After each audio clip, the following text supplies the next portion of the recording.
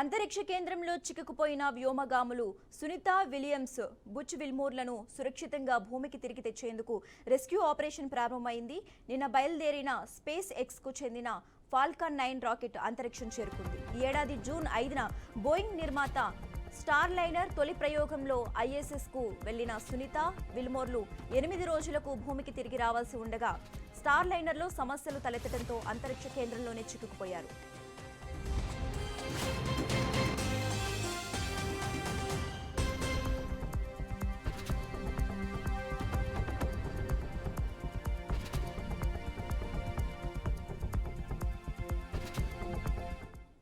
మానవ సహిత తిరుగు ప్రయాణానికి స్టార్ లైనర్ సురక్షితం కాదని నాసా తేల్చడంతో అది ఖాళీగానే తిరిగి వచ్చింది. అయితే తాజాగా అంతరిక్షం చేరుకున్న స్పేస్ ఎక్స్ క్రూ రాకెట్లో సునీత విల్మోర్లను భూమికి తేవటానికి వీలుగా డ్రాగన్లో 2 సీట్లను ఖాళీగా ఉంచారు. వచ్చే ఏడాది ఫిబ్రవరిలో సునీత విల్మోర్లను తీసుకుని భూమికి తిరిగి వస్తుంది.